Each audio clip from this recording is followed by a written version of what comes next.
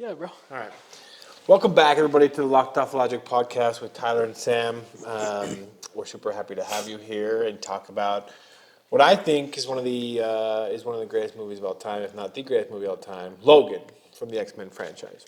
Phenomenal. Phenomenal. Definitely one of my highest as well. Good. Well, this conversation should go really well then. Just some housekeeping items, real quick. Tell your friends about this podcast. Give us a review on Spotify, Apple. That really helps their algorithm when people are looking up this podcast. Subscribe to us on YouTube. And by this point, which should be the middle of January when this releases, you should be able to access our Patreon, where you'll have some exclusive content. We're still trying to figure out what that is, what that looks like, but you will find some information there on how to further support our show. So that's one of my New Year's resolutions, Sam, is to have a Patreon set up by the time this releases. What are some of your... Holy shit, Happy New Year. Yeah. Happy New Year. January 2nd. Do you have any resolutions that you're...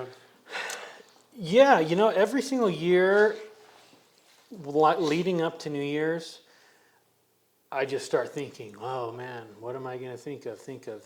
And then the month goes, and I'm like, fuck, I haven't thought of anything. Yep. This year, I feel like I'm a little closer, and I still want to flesh out what that looks like. However, one of the big things is I just want to say what I feel and not give a fuck about the view of anyone else. Of course, not in a dick way, right? Like, that's a shitty shirt, Tyler. Right? It's not. But I'm not going to say that. Yeah. Right? But if I don't like something, or if I disagree with something. Or if you like someone. If I like someone, or if something where I'm just like, no, here's my stance on it and I feel about it, which is not going to be everything, because sometimes I just don't really care to argue with someone or defend an idea that I'm not going to cast pearls before swine. Anyways, saying what I feel and trying to be more clear in that. And I just finished this book called Never Play It Safe this morning by Chase Jarvis, who would be phenomenal on this podcast. Okay, Chase, we're going to put that into the abyss now, where at some point in the future, Chase will be on our podcast. Yeah, and he knows all about podcasts because he started like a whole revolution with his ideas, and he talks about it in his book. Anyways, one of the things he talks about is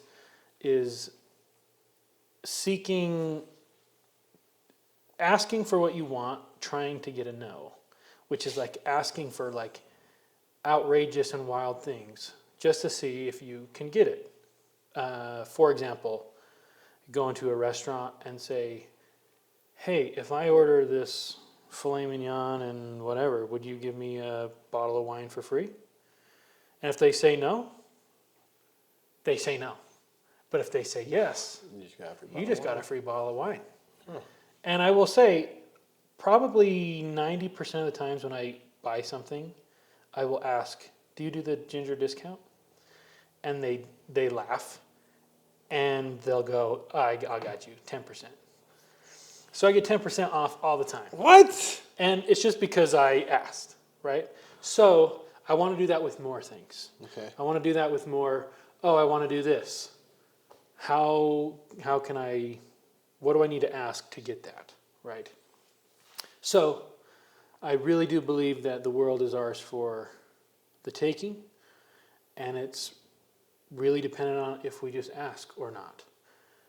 I have a friend, I won't name him, maybe I will. I will, Diamond. He will admit this. In fact, he has admitted it. It's a really cool name. He admitted it himself. If he wants something, he's not shy of going, bro, those Jordans, they're just sitting in your closet. Can I have them? And they'll give them to him. So he has no shame in that, and he has even said, I ain't got no shame. So anyways, there's a limit to what I want to do with that. Obviously, I don't want to be a mooch. I'm not asking for free handouts. But I do believe that there is more for us to have if we just actually ask for it and believe that we can get it. So I'll leave that as my Thought of the day. Thought of the day of my New Year's resolutions. I guess maybe one more thing is I often try and find the meaning in everything. What is the meaning behind this? And this year, I want to stop trying to find it and rather be found by it. And so if instead of me constantly out on the look for it, I want to be still and have it come to me. And that I offer meaning to it. I bring meaning to it, as opposed to always having to receive a meaning behind something. Those are good goals, man. Yeah. So Good. Here we go. Good. Well, 2025. with those goals, I think those are awesome goals, Sam. It leads us kind of right into our. Did you say yours? No. What is yours? Don't you stop. Well, I think I have some that like normal people have, where it's like get out of debt, or maybe allocate your debt in a way where there's not as much, compounding interest, which I've already done, by the way. I did that day one. I was like, I need to get some of this debt in a place where it's not charging me so much to have this debt. Yep. I accomplished a lot of things last year I didn't think I would accomplish. Like I learned how to use a handgun last year, which I didn't think I would learn. I didn't think I would need, but it turns out I did. So I know how to do that, which wasn't a goal that I had, but I accomplished it. So this year, what are some of my goals? I think the being present with people is definitely one. Just the thing when it comes to like love language, my love language is time. I feel love when people give me their time, and I try to give that back. So just give more time to different things, give more time to different people, travel less, be more present where I'm at. Last 10 years have really been marked with a lot of travel, which is it's fun, has a lot of good stories, but it's hard to be 100% present on an airplane. Do you want to admit how many flyer miles you have right now? Yeah, so I have less now because I booked someone a flight to come visit me this weekend. But I have last count I had on Delta, I had 1.6 million flight miles, which I hadn't used, and I just never needed to. So now, Damn. so now they just sit there, and we'll see how it goes. Maybe I can spend them so that more people can spend time with me if that's how they choose to love me and they want to spend that time with me.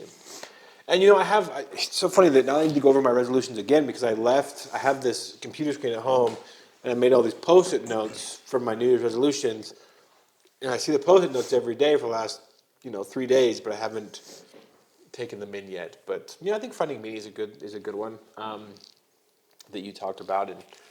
And then just, I think some that everybody has, especially when it comes to like finances and debt and family and the time that we're on this earth. And then, one of my New Year's resolutions was to start this podcast with Sam, and we're doing it. So yeah. Cool, 2025, man. Hopefully we've got 40 episodes in us with a lot of great guests, a lot of good people, and just really diving into the media that we consume. Just going back to like the household items for the podcast, I was trying to think, what's the first movie we're probably going to sit down after coming out of the theater and talking about it? Because I'm like, well, I know on my list, the first one, I don't know. Nosferatu? No, that one is one. I'm just checking to make sure our monitor is... Have you seen Nosferatu yet? Not yet, okay. Not yet, but I will see it in the theater. If you see it and you think it's worth me seeing, I'm sure it's good. We've heard it's good. If you think I'll like it as someone who doesn't like horror, then or Robert Eggers. But let me know. I'll go with you, and I'll pay for your pizza. Okay. But yeah, withhold the pizza, but okay. But the with the Sundance coming up, Sam and I have planned to go to Sundance, give you guys a little preview of what we've seen, what you guys should see, maybe what you guys should skip. But there's a lot of good stuff. I was looking through the stuff. There's a lot of good stuff that's happening at Sundance this year. And a lot of good TV shows coming out. I don't know if are you a Daredevil fan or no? I haven't watched the television show. Oh, man. I gotta say, and this was years ago, the Ben Affleck no. version. Yeah. That's the only Daredevil I've seen. And I read the book, which was basically an adaptation of the movie. But anyways, but not the TV show. You should definitely watch the TV show. It's coming back. It's got John Berthal in it, who's the Punisher. Okay. And he's really good. And Charlie Cox is awesome as Daredevil. The villains are great. You should totally check it out because the new season comes out in March. We should totally talk about it. How many seasons is there? There's 3, and this will be the 4th. So you're saying I got to watch 3 seasons and then the 4th? Yes. I know that's a lot of superhero. Yeah. It's different, though. I mean, and you guys in the comments, if you guys are watching and you're a Daredevil fan, let him know that it's worth watching. It's a lot of superheroes. It's also a lot of lawyer. It's a lot of... One of my favorite scenes in the Daredevil series, you'll see, is a conversation between Daredevil and Frank Castle, the Punisher, where Frank Castle's almost dead. Daredevil is... they talk about their different life views or different life experience on how the Punisher, why he kills, why Daredevil doesn't, what Daredevil believes as a Catholic. And it's about a 5-minute scene, just John Berthal and Charlie Cox acting their asses off. And even still, it's one of my favorite. Talk about the death of his kids. And because what happens is Punisher comes home from war after being deployed for 2 years and essentially describes that he's so exhausted that he couldn't take his wife to bed and he couldn't play with his kids. He's like, I'll do it tomorrow. And tomorrow never comes because that next day he gets his rest, he wakes up, and his family's murdered that next day. And that obviously eats at him because he's the Punisher and he wasn't there for his family, couldn't save him, he couldn't even be present for them during his last day. And the writers just do a good job, man. I think you'll like it. Oh, yeah. I think I like the sound of that. All right. Give it a go. But like, I'm glad you talked about in your New Year's resolution finding meaning in things because when Sam and I first started this podcast, we talked about our favorite movies and why they're our favorite movies. And he mentioned his. Did you mention yours in your interview? I think you did. Secret Life of Walter Mitty. Secret Life of Walter Mitty, yeah. And why that's so important to you. And we just made a decision off screen that we're gonna watch it. He just rewatched it. I'm gonna watch it. We're gonna talk about it because I haven't seen it in 10 years and I saw it on an airplane. There's obviously not the way to see it. I also want to just click, and I don't know why I feel like I have to do this every time. But I'm not, when I say, because as a filmmaker, Walter Mitty's my favorite movie, I'm not saying Walter Mitty is the best movie ever made. But for me, it is my favorite film. Okay. If that makes sense. Well, Logan is my favorite movie for me, and it's the best film ever made. So, Okay. Great segue into that. But I find a lot of meaning in that movie, and it's Logan's show today, so we're going to talk about Logan. And you just got done rewatching Logan, so Last night, yep. how was it? Kind of like we talked about earlier, I was a little frustrated at something, and then I went into, and I was like, I gotta just... Frustrated at what? Like life or the movie? Oh, life. Okay. Yeah, there was just something that was a repeated waste of time, and I was like, okay, I'm not doing that anymore. And I just gave up this hour. Anyways, not to get into it. Again, for no reason at all. So then I was like, cool, that set me back, and now this is going to make this movie end at, I forgot it was 2 hours and 17 minutes, so that means it's going to end at midnight. And I was like, shit, I've got to get up at 4. So I was like a little frustrated. That being said, it still got me the feels. There's a special place in my heart for Logan, and I think for me, it is the best superhero movie ever made. And I wouldn't even call it a superhero movie. It is a character study on Logan and Wolverine over the course of his whole existence. But wow, James Mangold, Standing ovation for you, sir. yes, if Disney would have just let you do Indiana Jones your way, I just know. Fox just had to have been like, you know what? Make the movie that you and Hugh Jackman want to make, because Like, I don't see any kind of like studio interference in that, where there's no weird cut scenes, there's no weird product placement, there's no cameos for the future. Like, the whole thing is just, I mean, I remember when I watched it, when I started watching it last night too, I watched it too. I watch it. It's a tradition that I do every year, is watch Logan during the first couple days of January, and like our heroes. You know, if you've watched the X-Men series at all, you know just what a giant of a man Professor Xavier was, and how many times Wolverine and Professor Xavier saved the world. And Logan is driving Uber, and Professor Xavier is kind of locked in a little cage. And for me, I was just like, I was so impacted of, I can't believe that's where our heroes are to start this movie, is that they are, I don't want to call them like nobodies, but how, I mean, these people should be, there should be statues of these people.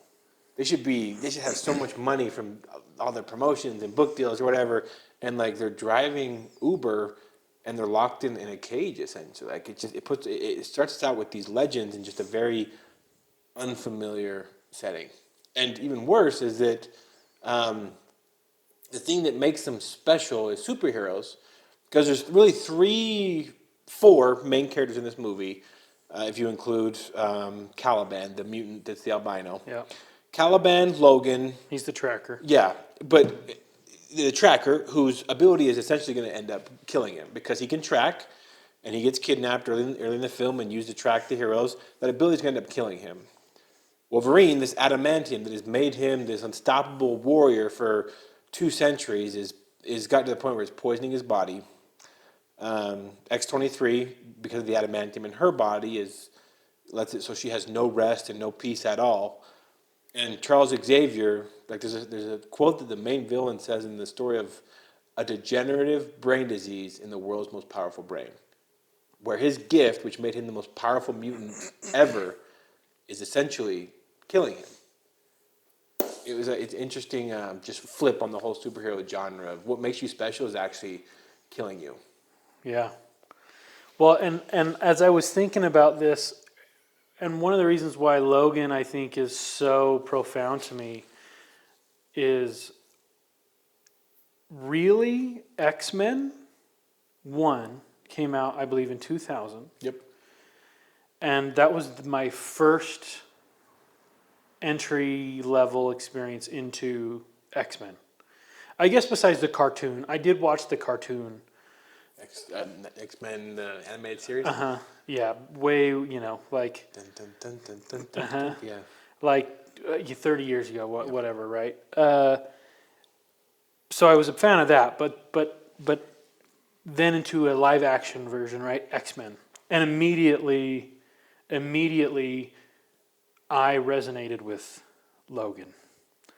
And when he's, not that I was a child with a cigar in my mouth at a bar going, "Hey bub," like, but there was just something about him where he was super rough around the edges, and yet there was a tenderness inside of him that he didn't know what to do with, and I think that scared him. And I think you see that actually now in Logan, out of all of them, as it translates. I mean, you saw a little bit up with his interest and relationship with Jean Grey in those things, in those first movies. But what was so profound for me, and why I felt so deeply about Logan the first time I experienced it, was I had just spent the last 18 years following Hugh Jackman as Wolverine through every single movie, and then here we have Logan, and we're saying goodbye, and I wasn't ready for it. Yeah. And like,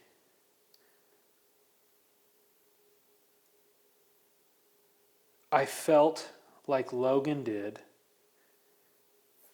when he was burying Charles, where he couldn't even speak.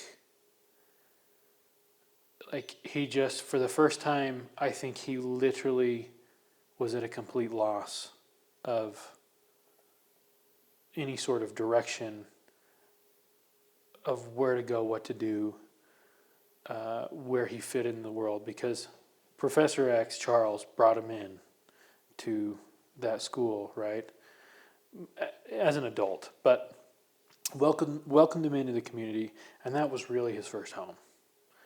And now the father figure for him was just killed by his very DNA, the clone of himself. And you wonder if Charles Xavier knew that before he died. That's one thing that I watched when I made this movie too, is when X-24 comes in, like Professor X, I mean, he's drugged up, so he's not reading minds at this point. He's talking to Logan, and what he sees is Logan stab him. Like, you just have to wonder what was going through his head, where it's like, has this guy finally had enough of me? Like, the whole thing is just so heartbreaking. Yeah. Oh my gosh. So yeah, man. So like, anyways, we can go further into that, but it was just, it was a huge part of my life. It was a huge character I related with. It was someone I looked up to, and obviously, right, this is a story, but Logan was, I mean, Wolverine was like real, and to me, Logan was the most realistic, because it wasn't life wasn't good all the time, you know. In fact, for him, it was mostly filled with anger and rage, or pushing things away, or he's just trying to numb everything out, you know. And that's what I find very interesting about Logan, is it's a character study, and it is putting a mirror in front of Logan, and he has to actually face himself for the first time in the rawest way that he ever has, which sets him free, but it's also the death of him. I think we all, like, you talk about like superheroes, and like last time on the last couple of podcasts we talked about Superman and Captain America, and like those movies, those stories, like they have, you know, there's conflict in them. You know, like Captain America: The Winter Soldier, where your name is Captain America. What happens when America turns against you because its values no longer match yours? What do you do? But Captain America still holds so tight to like virtue and justice and righteousness, which is awesome. And I think Superman and Captain America is what I think most people aspire to be.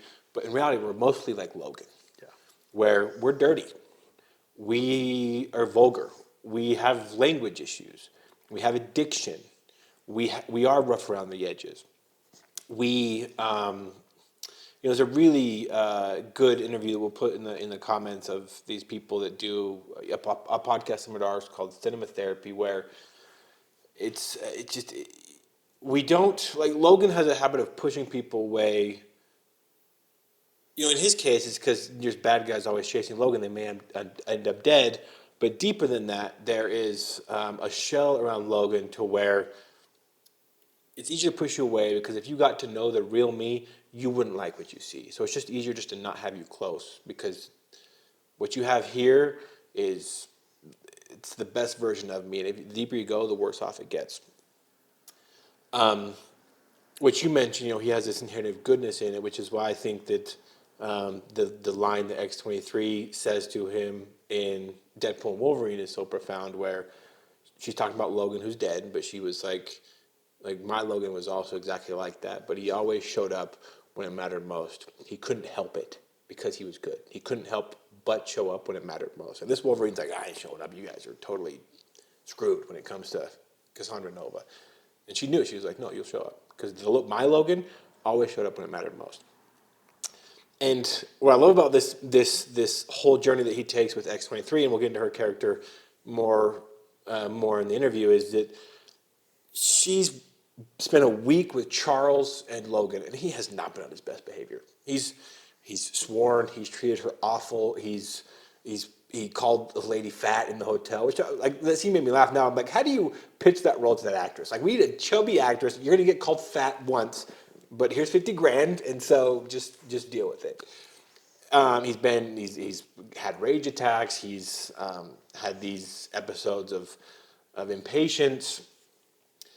She's seen all the ugly that Logan has and all that he's produced with all that his trauma has produced, and she still is worried about him when it comes time for him to leave. Of like, well, where are you gonna go? Why are you leaving? She's seen it all, and she still wants to be with him, which I think is just such a reflective, like not only just family but just humanity as a whole. Of like, we have such a tendency to push people away when it's the ugliness about us that I think makes us most human and makes it so people know like what real love looks like. Yeah. Well, and when you're saying that, it reminds me of that relationship and dynamic. Like our introduction to Laura is she's very standoffish. She is very angry, defensive, and very much the same state we met Logan in X-Men 1. And throughout the film, she lightens up a little bit, right? But it wasn't until like 1 hour and like 47 minutes she delivers the first line in the film. Didn't know that. And but this relationship with her and him and also allowing yourself to love someone, they have the same struggle, and that's who to trust and who to love. And I didn't really notice this before until this last night's viewing, but she has the claws in the hands, and then she has the foot claws. And there's a little bit of exposition about the female lion in the pack, and the front claws are for hunting, and the rear claws are for defense and defending the ones that they love. And I think if I remember correctly, there's like only two sequences in that movie when she uses her rear foot claws. And it's one when they have they're fighting outside of the rust shelter, mm-hmm. right? And it's when Charles is over here in this limo in danger, and then everyone else is fighting her and Logan, and they're all obviously trying to escape. But we see it there a little bit, but not a ton. And then the second time we see it is in the forest when Logan is fucked up and he's fighting to his last breath, and she just goes ham, and she messes people up with her foot claw. And then I realized she's fighting for what she loves. Every time. Gosh dang it. Every time. And Logan the same for her. Yep. And there's that line where he's like, I didn't ask for this. Yeah. I didn't ask for... Charles didn't ask for this. Charles didn't ask for this. Caliban didn't ask for this. I didn't ask for this shit. And yet, it's like, it's what he wanted and it's what he needed. But it's so painful because he knows inevitably there will be loss with it. And so it's just that struggle dynamic. But it's interesting how her character arc is very similar to his character arc. And it was heartbreaking when he wakes up, or he's up in the tower. It's at night. She walks in, And she's obviously like worried, and she says, "Where will you go?" I think is where the will line. you go? Where will you go is the line, and Nearest bar for starters. yeah, nearest bar for starters. And then they start this dialogue, and then he's like, "I'm not good at this shit. Bad things happen to people I care about." And she says, "Well, then I'll be fine." You know, and she knows what she's doing when she says that, but at the same time, I think there's a side of her that here's again another person in my life that is leaving me. So, which is what I think Logan has felt a lot as well, which is why he's been afraid to connect and really let people in for whatever reason, whether he disappoints them or they get hurt because of him. You know, I just I rewatched the Harry Potter series over Halloween last year, and I bring this up because the main villain of Harry Potter is obviously Lord Voldemort, and his whole thing is immortality. How do I get to stay immortal? And you see how just Voldemort throughout the series just cares just nothing for human life. Human life means absolutely nothing to him. Even his closest followers, like there's that scene in the forest where they try to help him up and he kills them for it. Logan is immortal, and human life matters to Logan. Like this whole movie is like Logan. Maybe before he met Charles Xavier, he would kill as a first resort. Now he kills as a absolute last resort. Like the guys that were stealing his tires. Yeah, He was whole like, thing. bro, just please don't. Like the Logan pre-2000 would just waste those dicks. 2029 Logan, which is where this movie's based off of, like, please, let's not do this. Like, I don't want to have to cut your head off. Using violence is an absolute last resort. And for Logan, how hard immortality must be, for one, of all the stuff that he's seen, but all the people that he's lost, the people that he cares about, the people that he lets in, knowing that one day he's going to have to bury him. Whether someone comes and kills him, like Cyclops, or an accident happens, like Professor X, knowing that he's not going to be the one being missed, he's going to be the one missing these people that he's cared about, this family. And how it's a pain to where you like in his mind, if he's not actively seeking those relationships, it's like no wonder he doesn't want to let people in, because he knows what the end outcome is. It's hurt for him because he's immortal. The people he's buried, the friendships that he's lost, like immortality, you can see it on his face throughout this whole movie, just how much his immortality weighs on him from the people that he's cared about that are no longer with him. You know, the trailer when Logan came out, the trailer number one was paired with Johnny Cash. I hurt myself today. You know, and just to see if I can still feel the pain. And throughout this film, and throughout a lot of his journeys, but throughout this film, he's constantly medicating himself, self-medicating himself with alcohol, painkillers, but like, I mean, he's always just taking the edge off, right? He just doesn't want to feel. He doesn't want to feel anything anymore because it's just too painful. And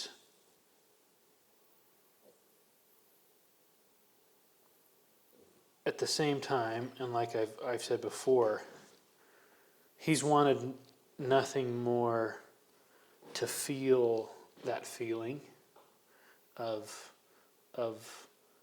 a real love and belonging and someone to take care of and to be taken care of.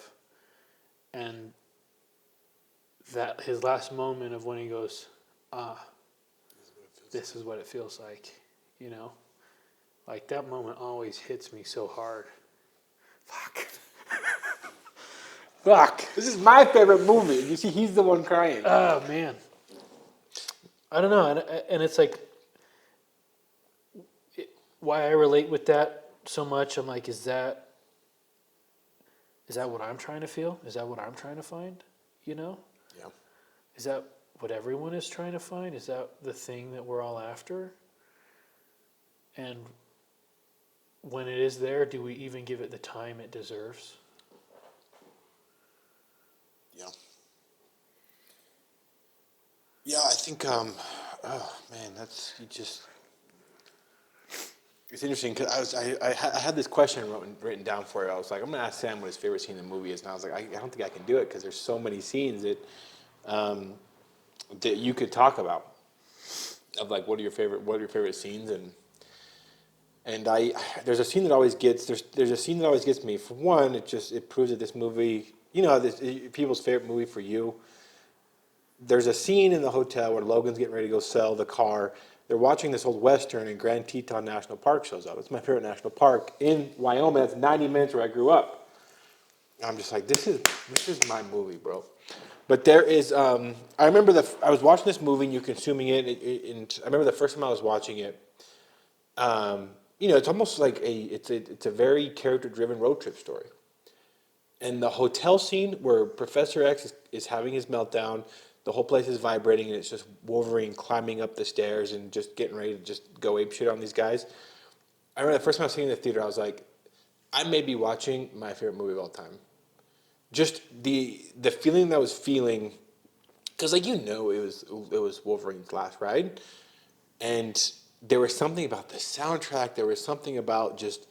And it always gets me when I watch this movie again. It's Wolverine's coming up the stairs. The soundtrack it just sounds like something vibrating, and he's just making his way toward that guy whose eyes are slowly turning toward him. And I just remember I'm watching. I think my favorite movie of all time. I was halfway through, and I was like, I think I'm watching it. I just couldn't wait for what was about to happen. And the thing about this movie, this so well, is it tells you things without having to walk you through things. To where like something happened in New York that they're alluding to, but they're not directly telling you what happened. But you get an idea. And the professor in this movie breaks my damn heart. To make the quote from the villain, he just breaks my damn heart. Because if you've watched any of the X-Men for the last 20 years, you know that Professor Xavier has dedicated his life to helping people. And protecting people. Protecting the most vulnerable, helping people like Logan find a home. And 25 years later, that guy almost killed 1,000 people in that hotel. If Logan and Laura had not put that needle into him in the next 2 minutes, he may have killed that whole hotel. Just how this man dedicated to protecting life now has this disease where he's capable of killing without him even knowing he's capable of killing. And not 5 minutes later, you just see how beautiful his powers are. Where they're in Wyoming, the people go off the road, these horses are going to get run over, and he uses his powers as much as he possibly can to bring those horses back. The soundtrack goes very light. He gets a little grin on his face. Wolverine looks at him of like, using your powers. And you're just reminded, for those of us that have stuck with this series for a long time, what a beautiful gift this guy has, and how it's still, albeit in small doses, has the power to do good, and just the joy that it brings him. He's able to bring those horses back. Yeah. I really noticed that scene last night as well, in a way that I hadn't before, and it was the moment, and it's a close up on Charles, and he just kind of turns and he closes his eyes, and you know that he's remembering his purpose. He's remembering his gift. Where a lot of this film, he's going, who am I? Where are you? Who are you? Why am I here? Like, he's been drugged, right? He's just not really the same Charles that we've known, but in that moment he is. And it's pretty nice. And I think that's why Logan looks back at him, because he's like, I thought this Charles was gone. Yep. And every time I hear this line, like I think of you, because you really fixate on this line, is someone has come along. That is the story of Professor X's life. Of like, ain't nobody taking care of these mutants, I'm stepping in. Where this kid's gonna go, I got a house. Magneto, he's misunderstood with the genocide. He's actually a good guy. I will be his friend. or if just throughout the whole series of X-Men, the animated series or the movies, when there's a need to be filled, Charles Xavier steps in. So I think when he says that to Logan, he's still in that mentorship role of like, no, like you remember that you stuck with me because someone did need to come along to stand to Magneto or the government or to William Stryker or to whoever, and that someone was us. And back then there was 20 of us. Now there's 2.5, and 2.5 is good enough for this moment. Yeah. So I love that. I just always love that line because I mean, you take that from. And you take it from the movie and you apply it to your regular life of like, where can I be that someone that's come along? Because, you know, you hear it all the time of like, someone's got to deal with this, someone's got to deal with that, someone's got to deal with him, someone's got to deal with her. And it's like, why can't that someone be you? Because Charles Xavier, that was his thing the whole time. And he helped Logan to get to that point too, where it's like, look, in X-Men 1, Rogue needs help. I know you want to run. But she needs help, and someone needs to help her. I think that someone is you. You're here. You know her. Here, I'm going to teach you how to stand in the gap, but only you can be the one that actually stands in that gap. Yeah. Yeah, I've really enjoyed that. And it's interesting because when I watched it this time, and it's been like 7 years, or maybe no, not 7 years since I've seen it, because that was when it came out. I know I've seen it once or twice since then. But I always more so relate it to the commercial, the trailer, and it's very much, it kind of shows Laura has come along, and you know, there's a dialogue is like, they may need our help. And Logan, someone will come along. Someone has come along, right? And then in this particular scenario, it's this family with the horses that they got out, you know, but it is to the very same thing, right? It applies to both scenarios. So I really have been a big fan of that line, and it's meant a lot to me personally, and it's helped me like stop and go whenever I often say, well, someone will come along. It's like, well, that's you, dude. Like, is there anyone else around right now? No. And these people, or whatever the situation is, right, needs a solution. And so it's been a good accountability thing for me. So I really liked that moment as well. And are you saying that that's your favorite? No, I don't. I think I have a favorite, but I haven't. I think my favorite is probably like the dinner scene.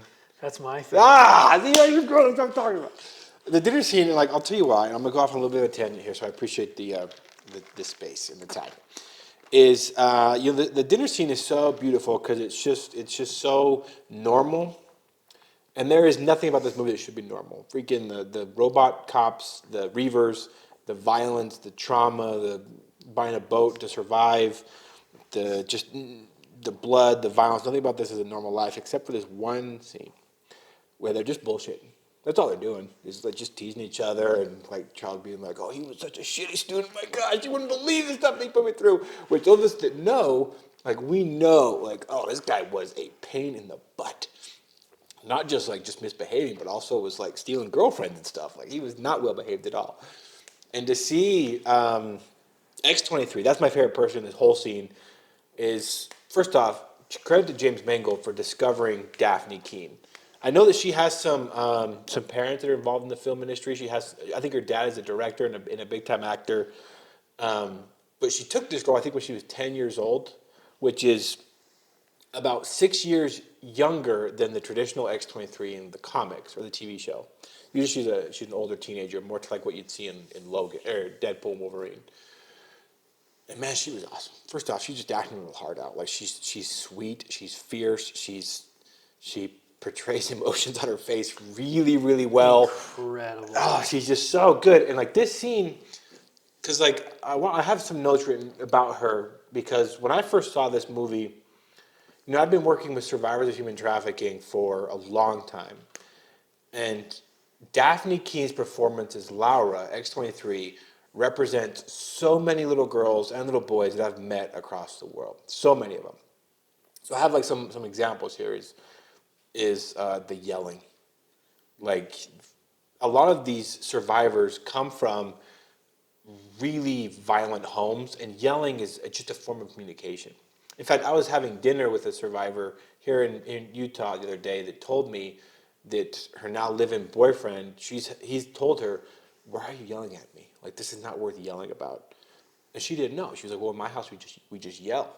It's like, "Well, you don't have to do that here. Like, if like, there's very few things that I'm going to yell at you for. If anything, you don't need to yell at me for like these little basic things." But in her house, that was just the way that people communicated, was you just yelled.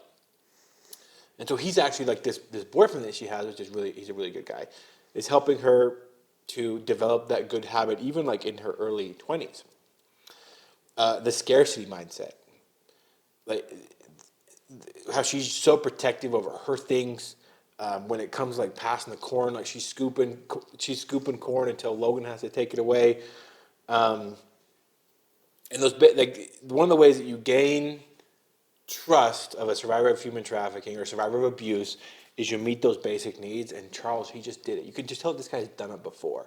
This girl comes in, she's yelling, she's screaming, she's trying to find her ball, she's taking her backpack back, and Xavier, one, he can probably read her mind because he hasn't been taking his pills. But the other thing is, he's like, she's hungry. She's hungry, bro. Of course she's hungry. Let's get her basic. She can't think of what she can't tell you that she's her. She's your daughter. She can't tell any of these things until we get her some food. Because who knows when the last time that girl ate was? And so the next time you see X-23, she's eating cereal. During that same scene, the train goes by and she's in flight mode. She's in fight or flight mode because she's so accustomed to that noise, assuming trucks, engines, that it means someone bad is coming, that she's instantly in fight or flight. And Charles has to be like, it's just a train. It's not a car, it's not a Jeep, it's not a military person. It's just, and he's the one that settles her down.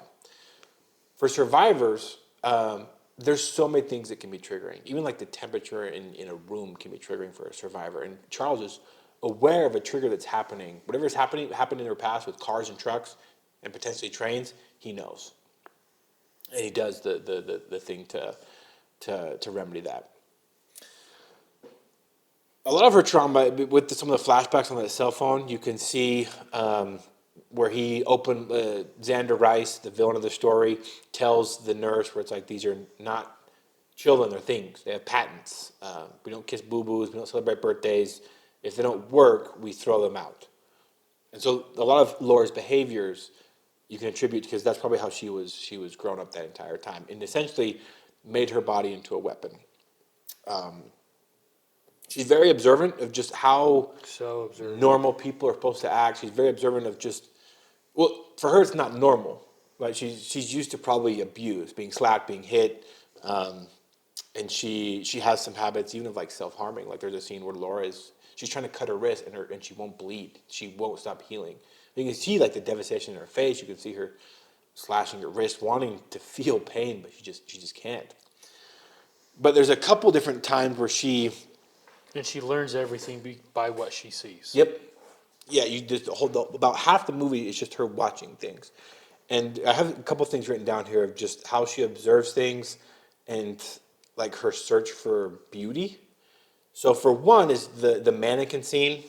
You know the mannequin scene. I was gonna interrupt, but then I was like, no, I won't. No. Go ahead. I've got about halfway through the list, but go ahead with the mannequin scene. Well, I was gonna say, so they arrive at this location. They need clothes and stuff, and they're looking at this mannequin, and you have an adult mannequin and a child mannequin, and the other one's like holding the other one's hand, right? And she's just looking at that, and you might look at the present time, there's a few things that could go through your mind. She's looking at the clothing that they need, right? But then fast forward to when Charles is being buried, and it cuts to a close-up of Logan's hand, and she goes and grabs it, and it's the same shot of the mannequin. And it's a throwback to she looks at this and goes, oh, this is like a way that this can happen, and maybe this is a moment where I can do this. And it's like the first time I think she's reached out and touched anyone In a non-violent way. in a non-violent way. And there's a brief, nice moment, and then Logan Pulls away. rips his arm out, which was it was heartbreaking, right? But especially for her going, this is probably the Because she first time. attempted that. She attempted to learn and she was rejected. Yeah. Like I see that even like over Christmas of some of the survivors that tried to give something nice to their parents and their parents made fun of them for it. Like they try to show affection and they're denied. And this scene, I'm going to try to not get emotional because it's too much I'm getting emotional. Oh, God. You mentioned that there's actually 3 parts to that scene. There's 1, the viewing of the hand-holding mannequin. 2, the first attempt. And 3, the second attempt. The second attempt, you could see it. He embraced her hand as he's dying. Yeah. That's what she was looking to attempt that again, but she initiated. You see it when he's dying. She grabbed his hand and he just holds on tight because he wants that thing to be the last thing he holds before he dies. And so even still, like at the very end, after seeing all this violence, she's still attempting to show compassion and safe touch and safe love to someone that she cares about. And I love that because it's the mannequin, but it's a 3-part scene. And the third part is where the payoff is because like you're right, he's just like, I can't deal with this right now. I just can't do it. I don't want anything to. He probably is scared of her, but he also kind of blames her a little bit for what's happened. Like he had a very shitty life, but it was a life, and now I don't think he, like you said earlier, I don't think he knows what he's going to do now. So that happens. The dinner table scene is a beautiful scene because she has no idea what's going on. Like they're talking. Like Laura is probably so used to people talking about just the most violent, awful things or planning a route of escape. Like the whole movie, when do they just ever sit in bullshit? And this movie, they're just sitting in bullshit. They're talking about school and work. And Laura is just, she's looking around at these different people. She smiles at weird times. Smile. Yeah, it's a very cute smile, but it's maybe a little delayed. Like not exactly like on social cue, but she's learning. When she sees, because obviously she cares deeply about Charles. That's obvious because he's very kind to her. There's a scene where like they're driving away from the Reavers. She jumps on him. She takes the bullets for him. But in her world, when something loses use, it's discarded. I don't know if Laura realizes that Professor X's time is temporary. I don't think she does because of her reaction when she sees him dead. But when she sees Logan carry him up the stairs, like that is a selfless act of love. Yeah. And I think she's observing because she's like, I'm not exactly sure what's going on, but I know that he is showing love to this person by what he's doing. In her world, it's like, why? Why? I don't think she can. I think she's understanding, but the full comprehension I don't think is quite there. I want to swing back to that after. Go ahead. No. You want me to keep going? Yeah, unless Okay. it's into a different scene. No, yes, it is into a different scene. Okay, well, yeah, man. I mean, that moment. Gosh, dang it! Here we go. Damn you, James Mangold. This is my Jim at the help, my Jim Halpert thing when you look at the camera. Yeah, man. I remember specifically that moment last night when they've had this really nice moment. She's starting to smile. She's starting to let her guard down, for the first time probably ever. And then she sees Logan, who she's been unsure of this whole time, right? Very standoffish. And he's abrasive with her. He yells at her, right? Speaks down to her. Not all the time, but, right? Like, there's been a difference between Charles and him. And then Logan carries him up the stairs, and it's like Charles is completely helpless in that scenario, right? And Logan is now taking him and doing this. And Logan's not in great shape either, right? And he's slowly declining. And as she's watching it, I think I had the realization that her mind changed about Logan. And I think it went from, is this my father? To, I think my father's in this person. And it was just so sweet. and we just watched that moment play out. Like, it wasn't rushed. It was just Logan. It wasn't explained to us It like wasn't with a explained. montage. No. It was just And, shown. and Logan was just so caring to Charles, right? And you have the Wolverine, this beast, but now he is taking care of his pop, and it was just a oh shit. We need tissues up in here. Anyways, it was a very nice moment. It was a very, very nice moment. Because she's always, one thing I wrote down is she's always seeking the beauty in things. Like, there's 3 scenes that I noticed. I'm sure I missed. I'm sure if I rewatched, I would see more. But when they drive into Oklahoma City and she's just looking at the lights, like, she's just like, oh my gosh, like, this is.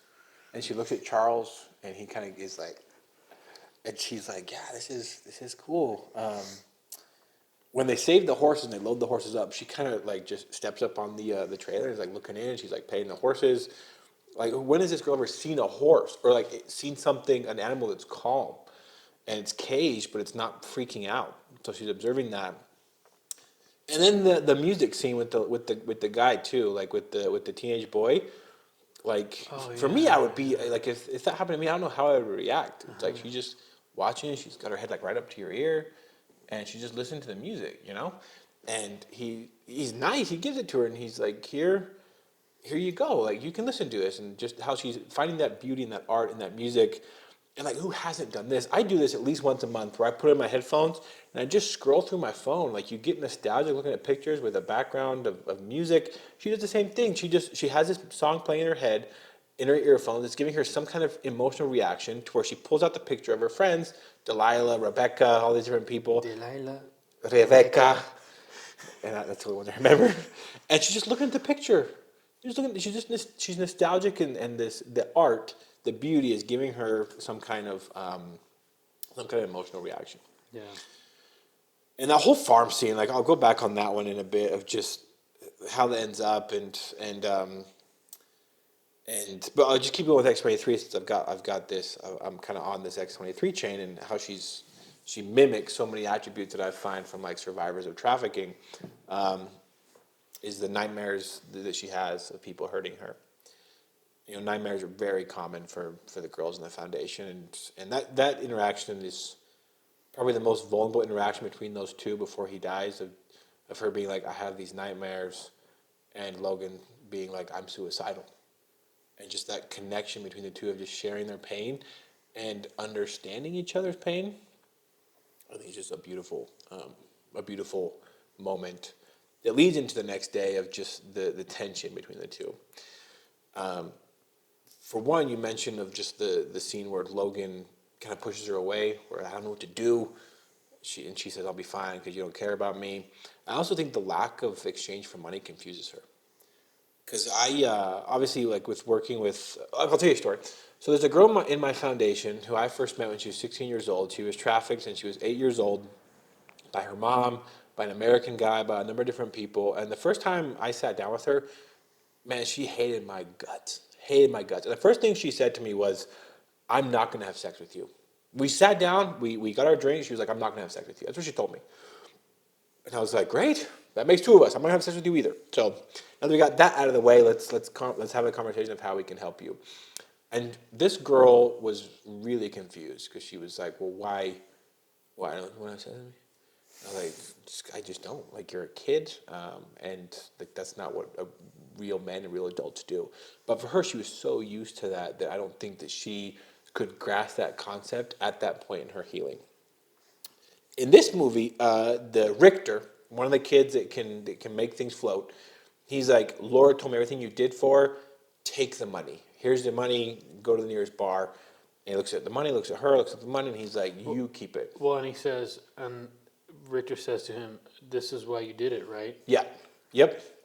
And he turns it down, and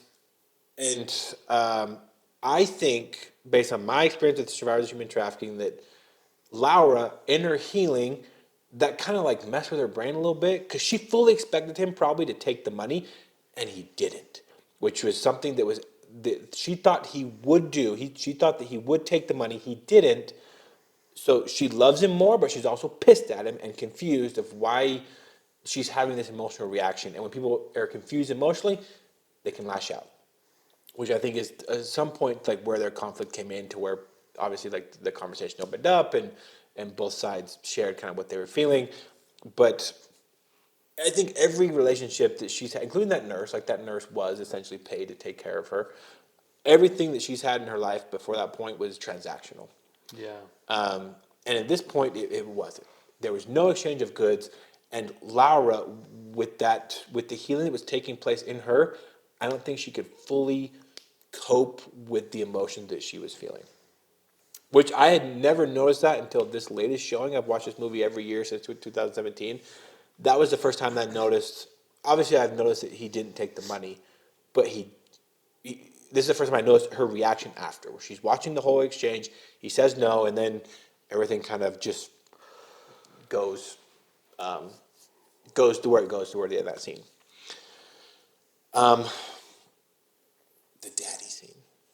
Oh my gosh! Like, I'll save that one for later. We'll talk about that in scene in a bit, and in the funeral scene.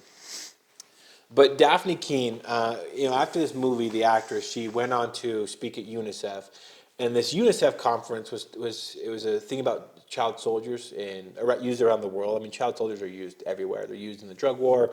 They're used in Africa. They're used in the fishing industry. They're used in the Civil War in Colombia. They're used everywhere. And Daphne Keane, I have a quote from her here where she described these child soldiers as being of her story in Logan, where a child is forced to become a weapon, adults control her and turn her into a weapon to carry out their evil deeds. And I really admire that she did that speech and that she named that for so many people, because I think that gives a voice to so many of my survivors in the foundation at Libertas. And her whole performance of Laura, a victim of abuse, a victim of exploitation, a victim of a war, essentially, and her process of healing, I feel like it gives a voice to a lot of the girls that call Libertas home. Which is pretty cool. Yeah, I think that's why. Obviously, you just care so deep about that character, which makes that end scene just so. Oh my gosh. Like, go back to the farm scene. The farm scene, like the soundtrack in that was so good, to where they just had this, this normal dinner where they just take one day off from being on the run, and Charles is like, this is what normal feels like. You need to take a time to feel it and to heal it and to seek it out still, because there's still time. And Wolverine tried to warn him. He tried to warn him, like, we're taking a risk by staying here. And you have these moments to grow with these characters, this sweet little family in Wyoming, if that's where that's based out of. The little boy who shares, the headphone with the little girl, beating up the racists with the dad, the mom cooking dinner and inviting them to the house. And 20 minutes later, that whole family is dead. And there's the soundtrack, and Hugh Jackman he's carrying. No, he's not carrying Laura at this moment. The guy has just run X-24 into the plow, shoots him in the head 4 times, and then looks to shoot Logan, ran out of bullets, and then dies. And Logan, covered in blood, flames everywhere, just looks around at the devastation. The look on his face is one of just, like, he just looks sick. He looks devastated. He looks disturbed. And the soundtrack of that reflects exactly what he's feeling. And I think in that moment, like, he's blaming himself because of that prior conversation. It's a risk staying here, Charles. We got to go. And Charles is like, let's just stay. Enjoy this moment. But Logan has been on this earth too long to know, if we do this, I know what's going to happen next. And it's not good. And only I'm walking away from it, and I have to live with that trauma. Yes, right? And so for him to then go, okay, Charles, all right, I'll give you this. And then that happens. That look of sickening is absolutely perfect Like, and he's felt it before, but not like this. And now Charles is gone. This family, not just like a one random stranger that he's had an interaction with. It was a father, a mother, and their child that welcomed them into their home, that just fed them, clothed them, housed them, right? And this was their return payment, which brings his whole line having so much more weight to it when he says bad things happen to the people I care about. And he's just not good at that shit. And it's hard for him because he's like, no, like, I'm right. I'm fucking right. We can't do this. And then he has someone that he loves and respects going, just feel for a moment, Logan. Just feel this. And then he goes, I don't want to feel. I know what happens when I feel. When I let myself feel and I am in the present. And so what does he do? He goes, okay, I'm gonna try this. I'm gonna go along with this, to then just hell immediately, right? And that's so brutal. And it's when he comes into the house and X-24 is coming down the stairs, and there's that interaction, and they're looking at each other, and he's confused, and and I don't think they're sure of what they're seeing because it's himself, right? And what I really liked and I noticed about this view than any other view is this idea all along. Logan has been battling himself. It's been an internal fight. Like, his whole existence has been an internal fight, and it's been in every X-Men movie. It's been this internal battle. And what was absolutely brilliant from James to go, well, let's actually physically make that manifested. And now literally he is facing himself physically. Like, the exact form of himself is now the tangible problem that is going to behave and react the same way that he does, which scares him, right?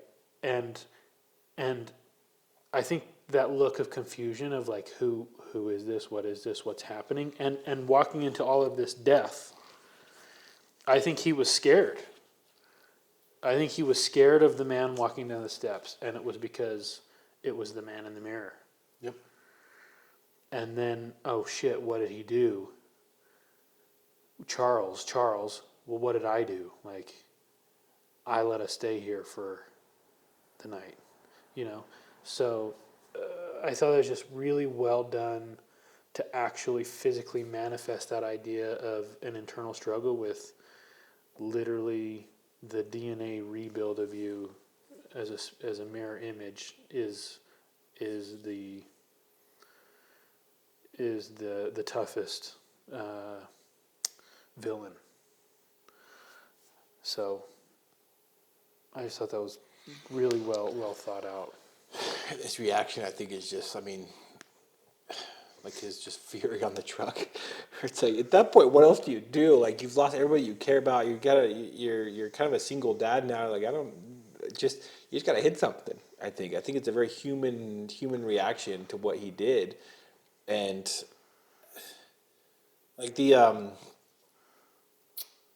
well, before we move on to like the last couple of scenes, do you have anything else about it? Yeah. Well, there's another scene. 'Cause I'm getting toward the end of the end scenes, but I was like, I want to save that for, that's a different. That 45 minutes it's well, you get your list. Well, there was one scene that I was like, is this what I think it is?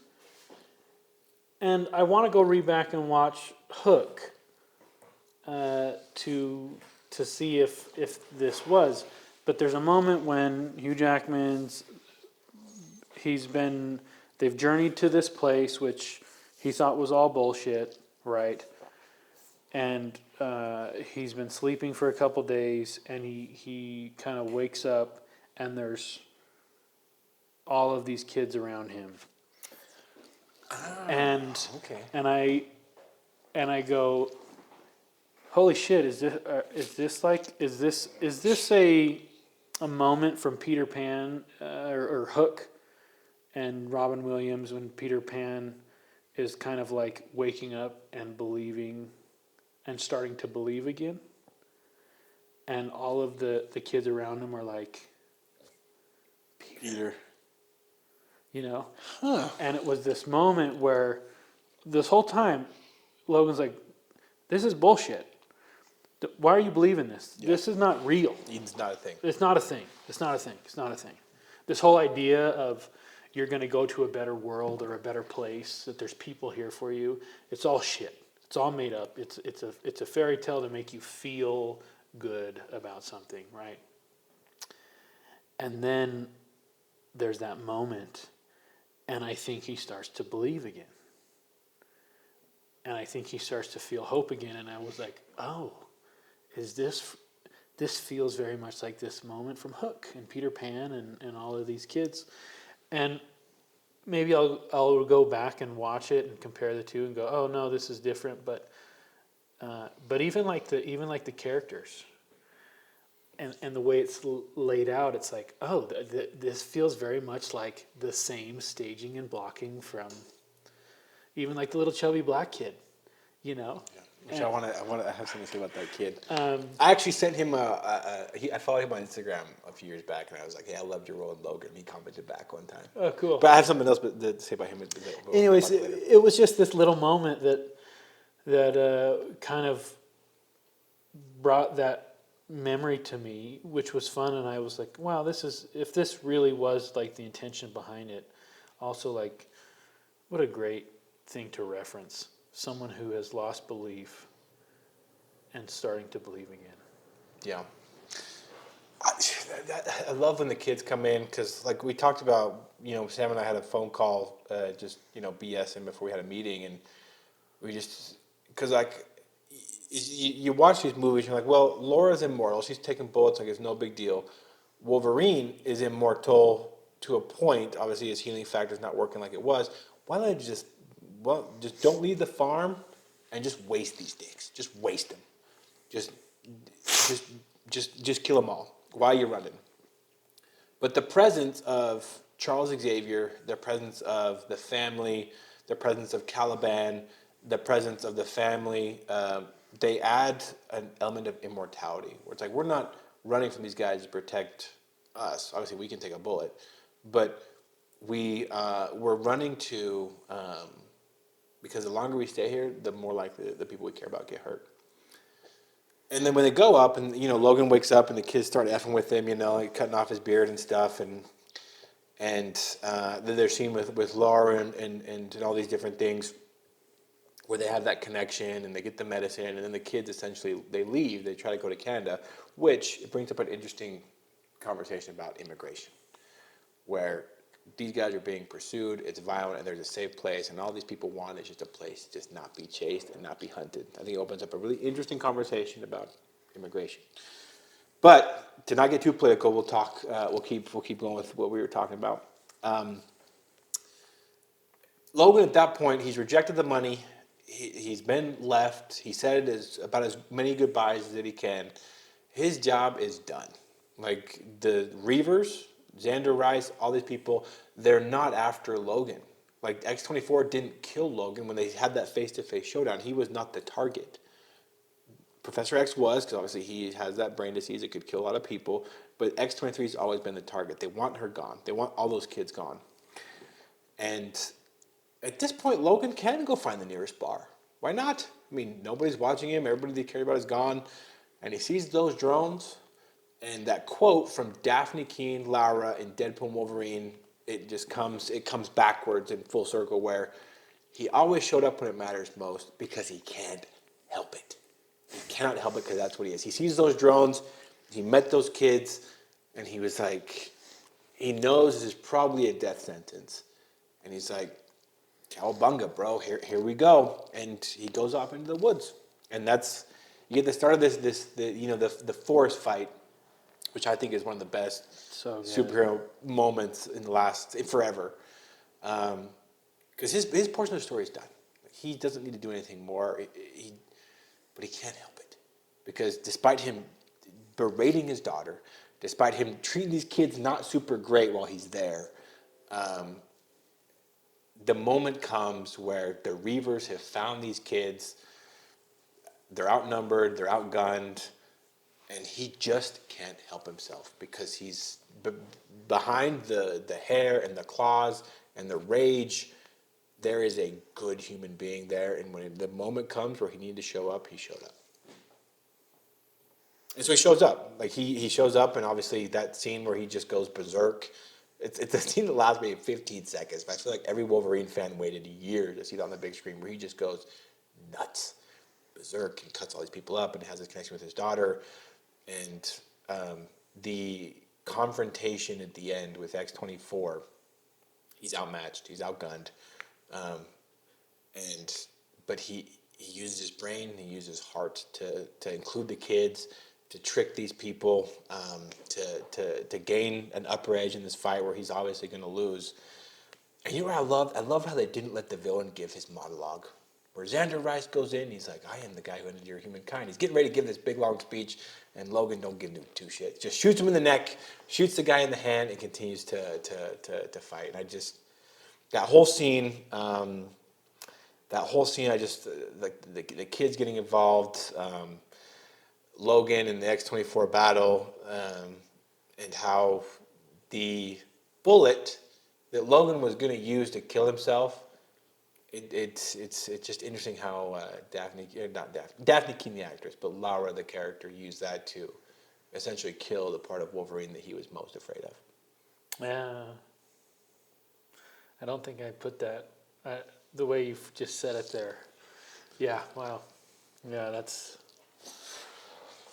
That whole, I mean, and I have the notes here on X-23 too, where like the goodbye scene with her and Wolverine. I mean, I can't tell you like how many times I see that.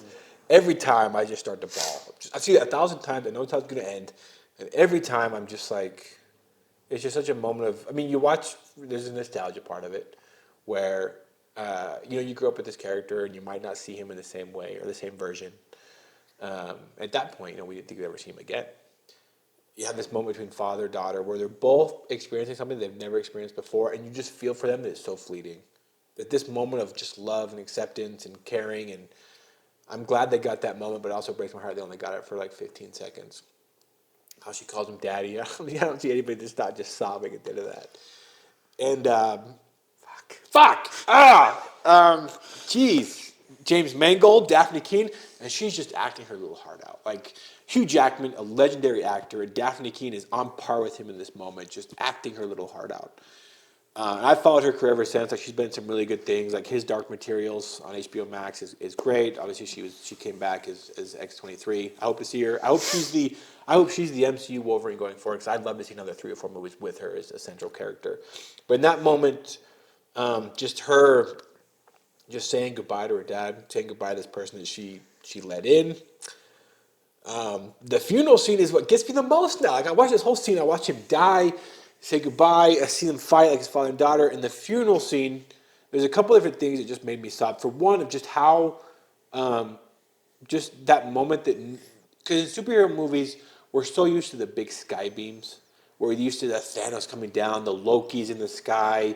Not just Marvel, but like the Batman, where the whole city's trapped. And I love the Batman. The whole city's trapped inside this stadium, and Batman's taking out these mass shooters. Like he's saving the city with an audience. This moment, where arguably the greatest superhero of all time, or one of the, is meeting his end in a place that no one's even going to know where he's buried, because it's so private, it's so intimate, it's so just in that moment. Where there's no big sky beam, there's no big audience. It's just Wolverine showing up when it matters most. And no one will ever know. And no one will ever know except the people that were there.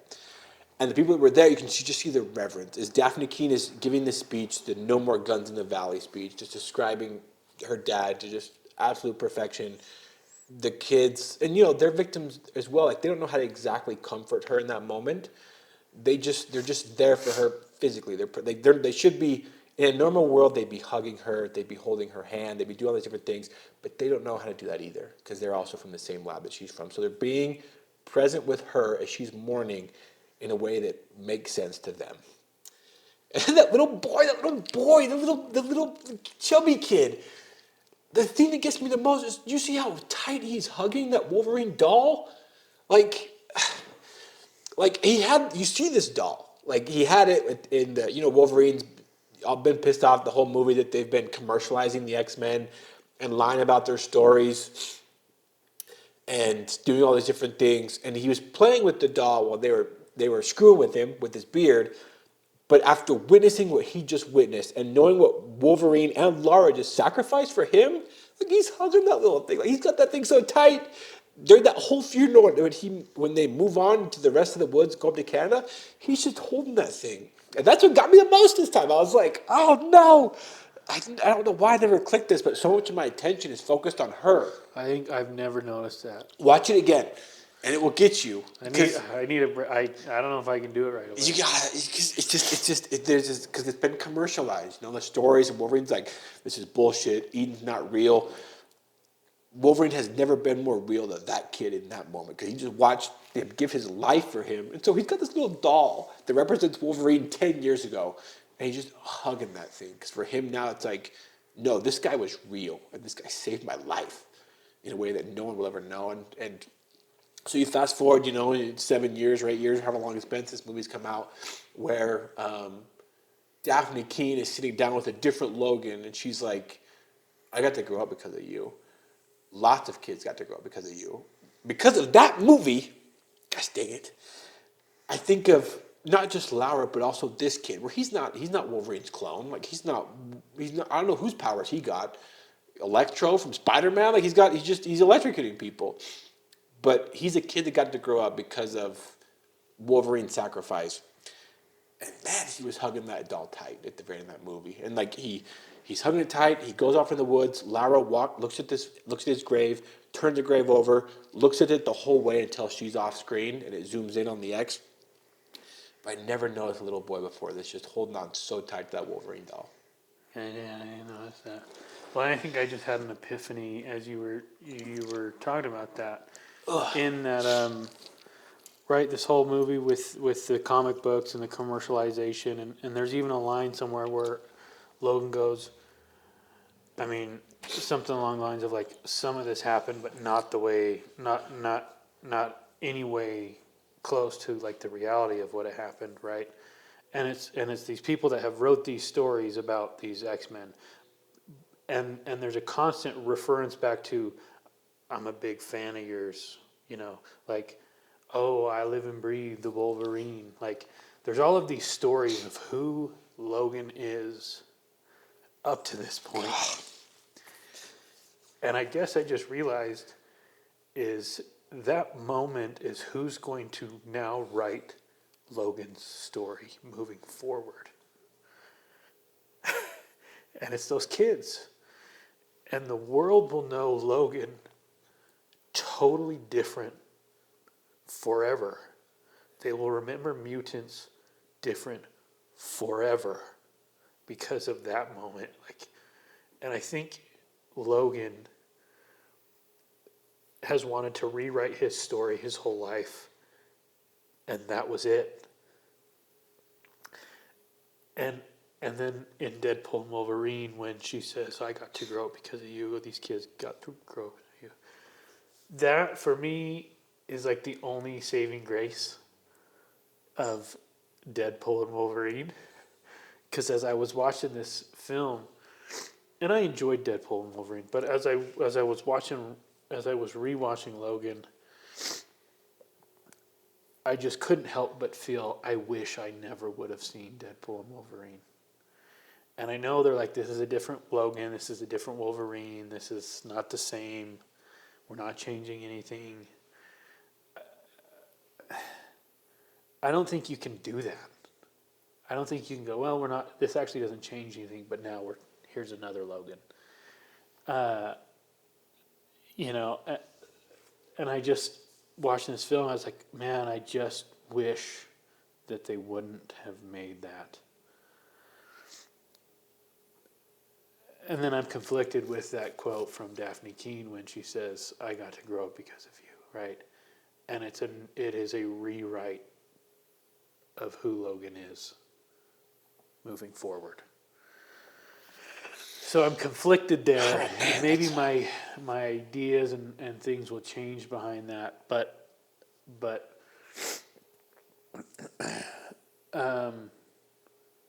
I don't want that trend to continue.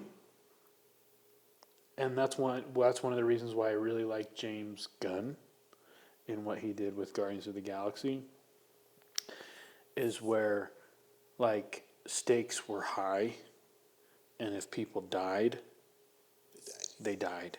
They didn't come back, and that like their very death is what made them mean so much. And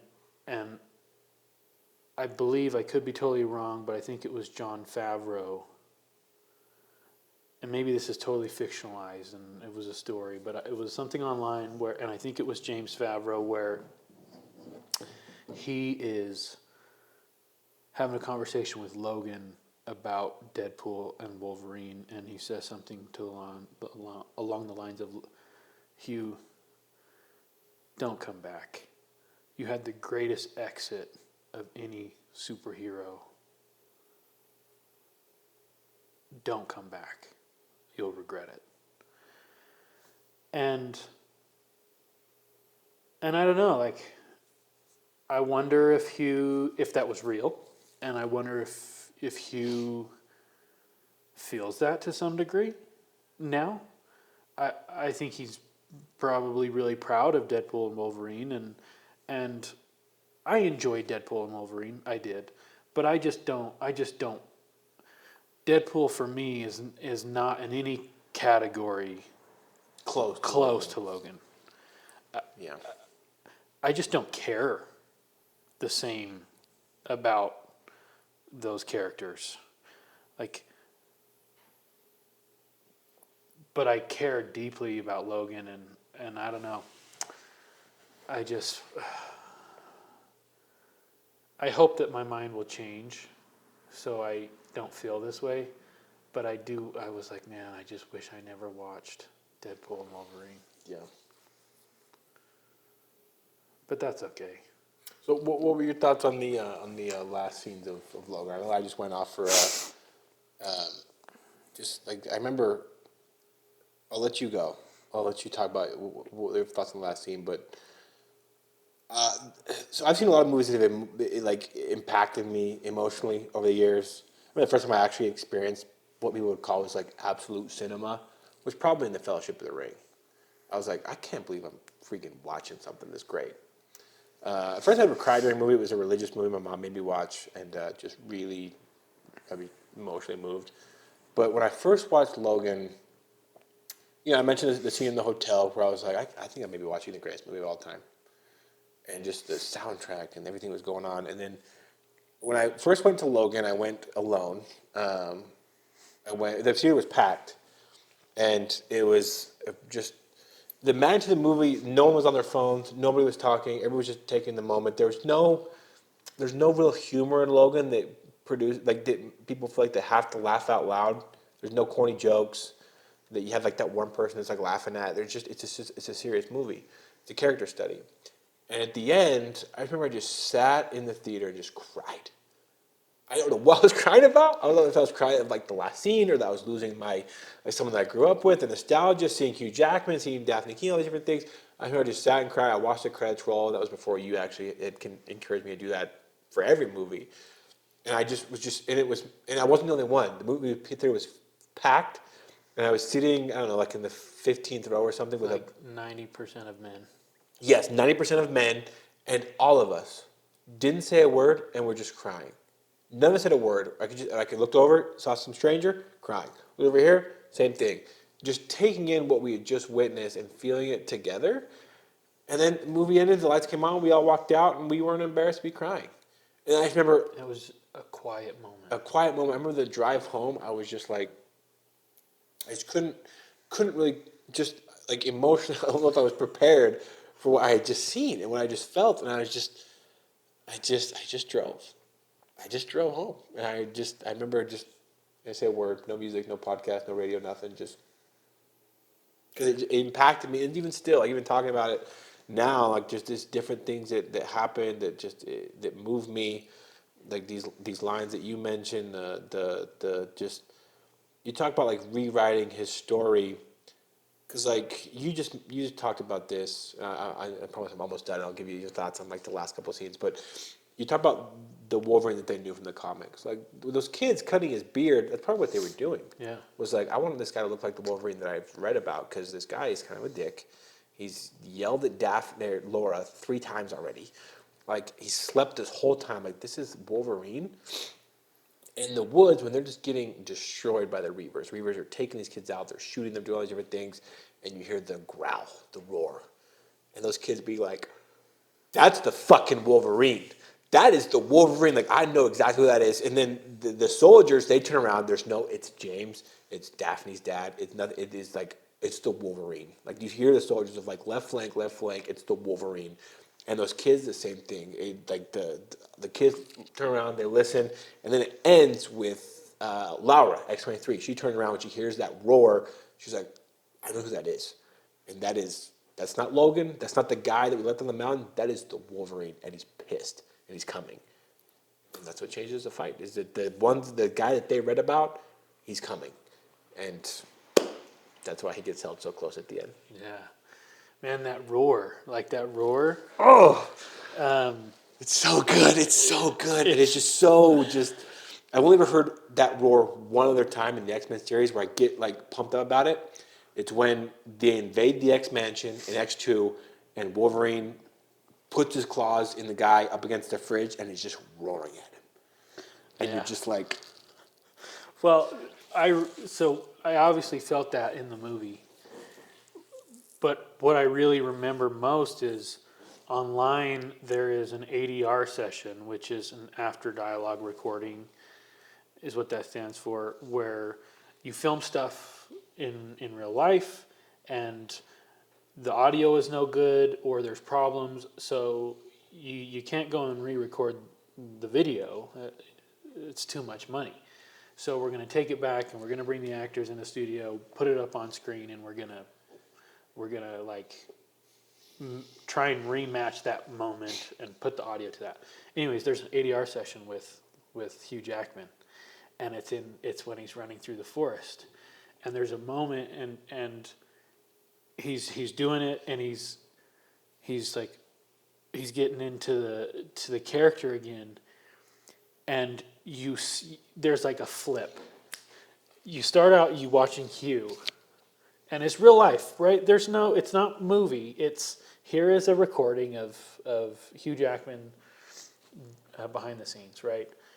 And he's doing his thing, he's roaring, and then there's like a switch, and he goes somewhere, and and the look on his face when he gets out of it, like he didn't even know he went there, and then he has like a smile on his face. Oh my gosh!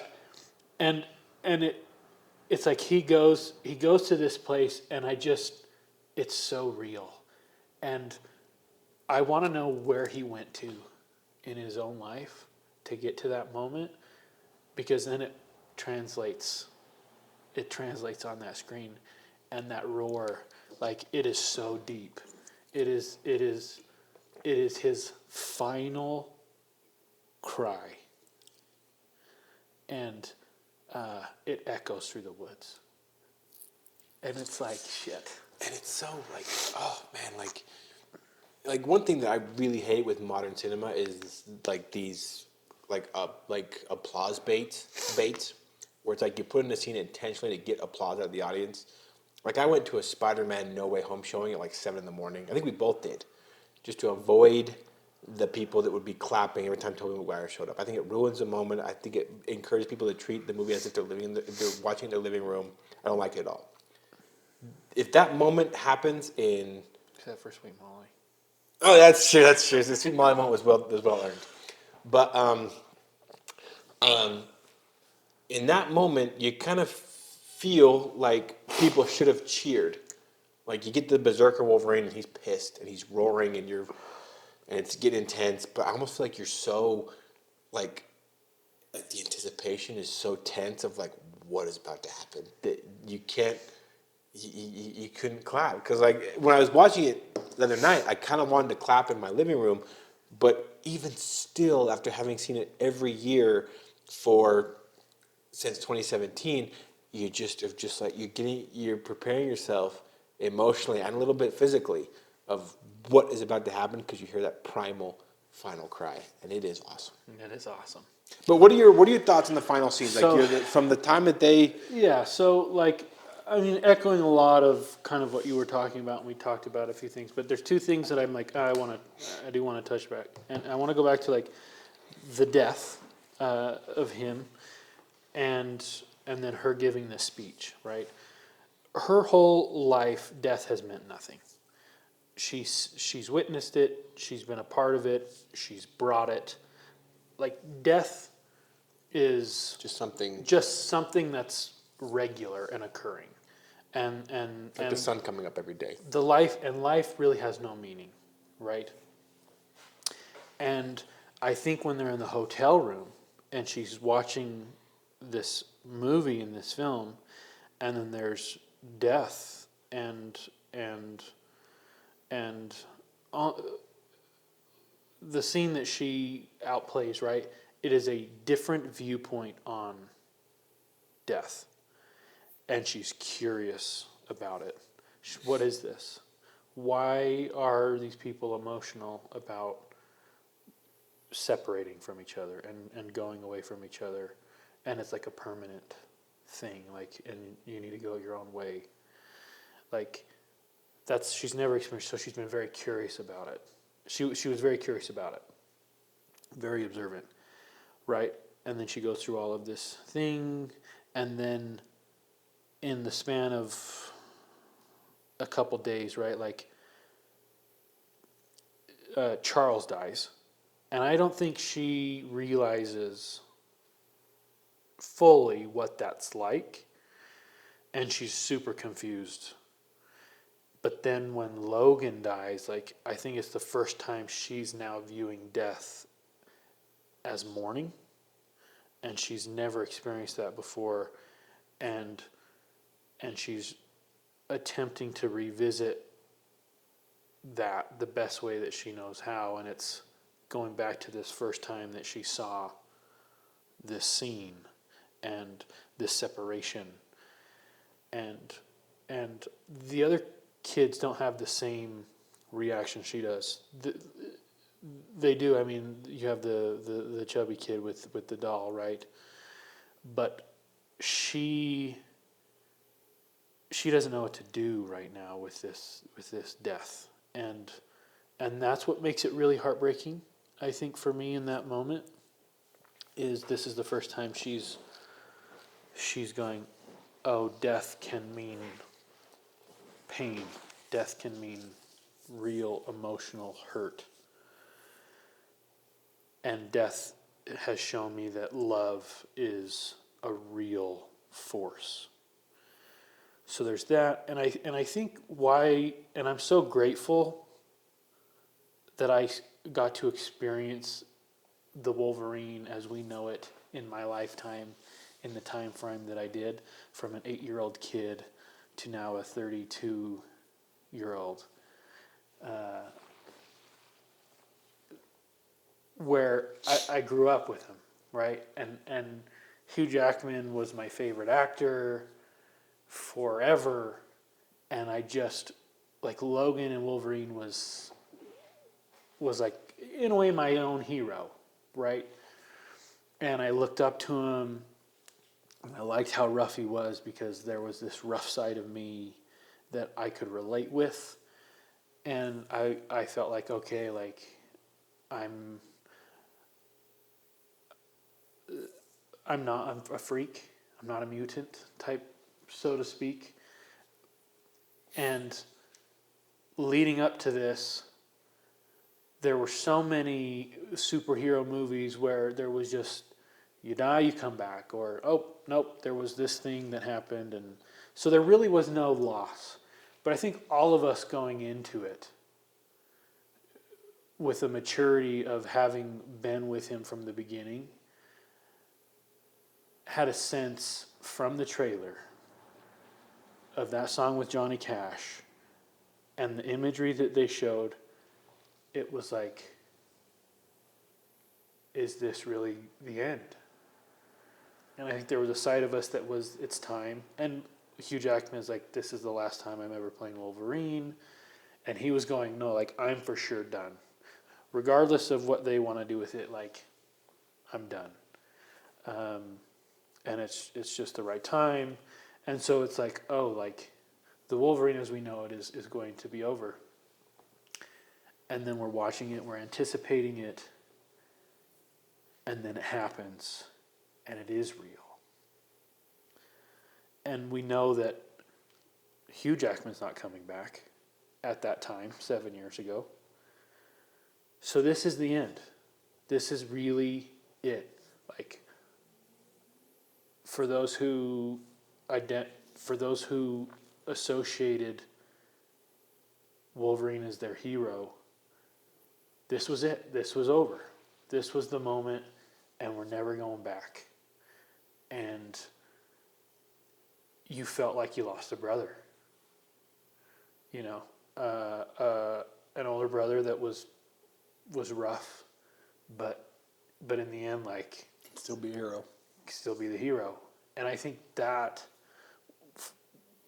is why I'm so grateful for when I got to experience it like 7 or 8 years ago, versus people who might be experiencing it now for the first time, where I just don't think that they will have the same experience you and I had watching Logan, knowing that there's another universe of him in Deadpool and Wolverine, and then wherever they go from there, right? That will just mean something different. But for us, it was the end. Like, it really was. Yep. We had planned for it. We were trying to get emotionally there. And we all had come to a place of acceptance where part of the journey is the end. And we were at the end. Yeah. We were at the destination.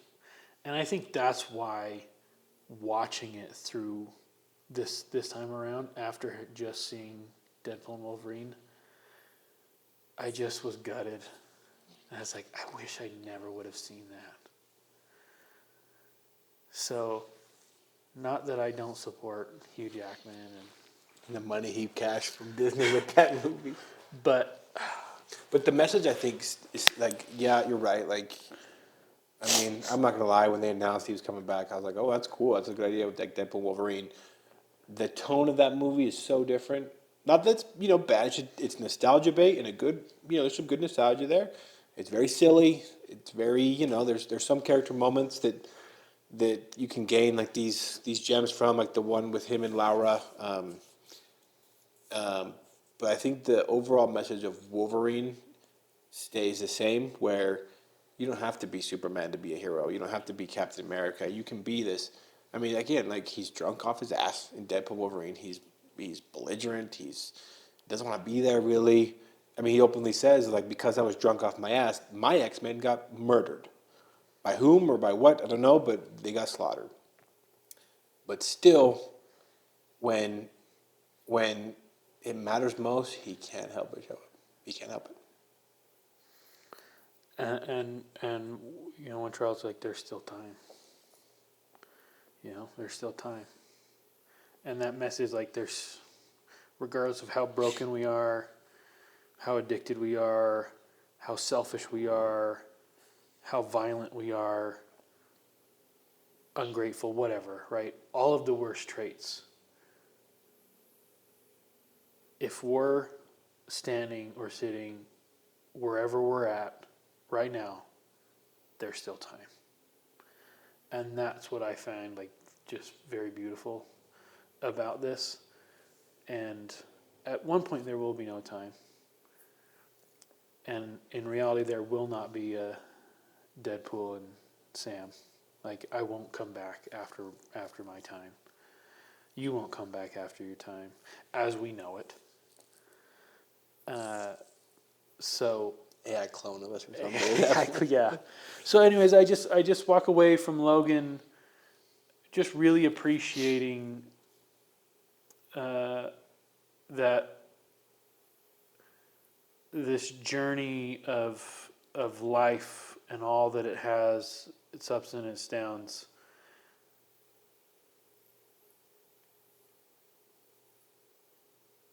I want to. I guess I come away wanting to feel rather than not feel.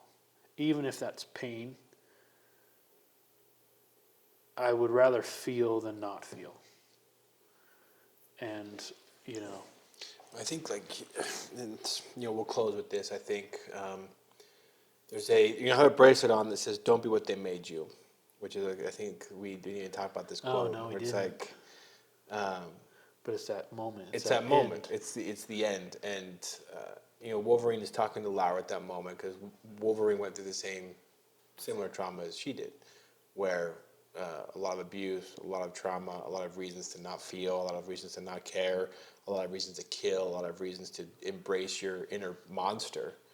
And Lara's tempted throughout this whole journey to kind of embrace that. Like, she was ready to go to town on that little horse when the quarters ran out. The first time that Logan sees her claws come out, he's like, "Holy shit! Like, this girl's got this guy's head in her arms. Like, this is like, why has she got those adamantium claws?" And I think I have this bracelet too because he makes think my girls too, or these girls in our foundation were made to be sexual objects. They're things. They have patents, and when they stop working, you throw them out. So I have it just remind me of the girls in the foundation of you have to be what they made you. Like, you're not a sexual object. You're not nothing. Like, you actually matter. Like, your thoughts matter. You have more to offer this world than just your body. With Lara, it's similar. Of like, you have much more to offer this world than your claws, your rage, like your skills to hurt people. That's another thing that Wolverine breathes into her is like, you hurt people. You have to live with that, whether it be good or bad. You have to live with it. It's a brand. And so his last message to her of like, don't be what they made you. Like, for all of us, like, we, like, people screw us, business partners come and go, boyfriends, girlfriends, people hurt us, bad people, good people, people that are close to us, family, religious leaders, whoever. And we have don't be what they made you.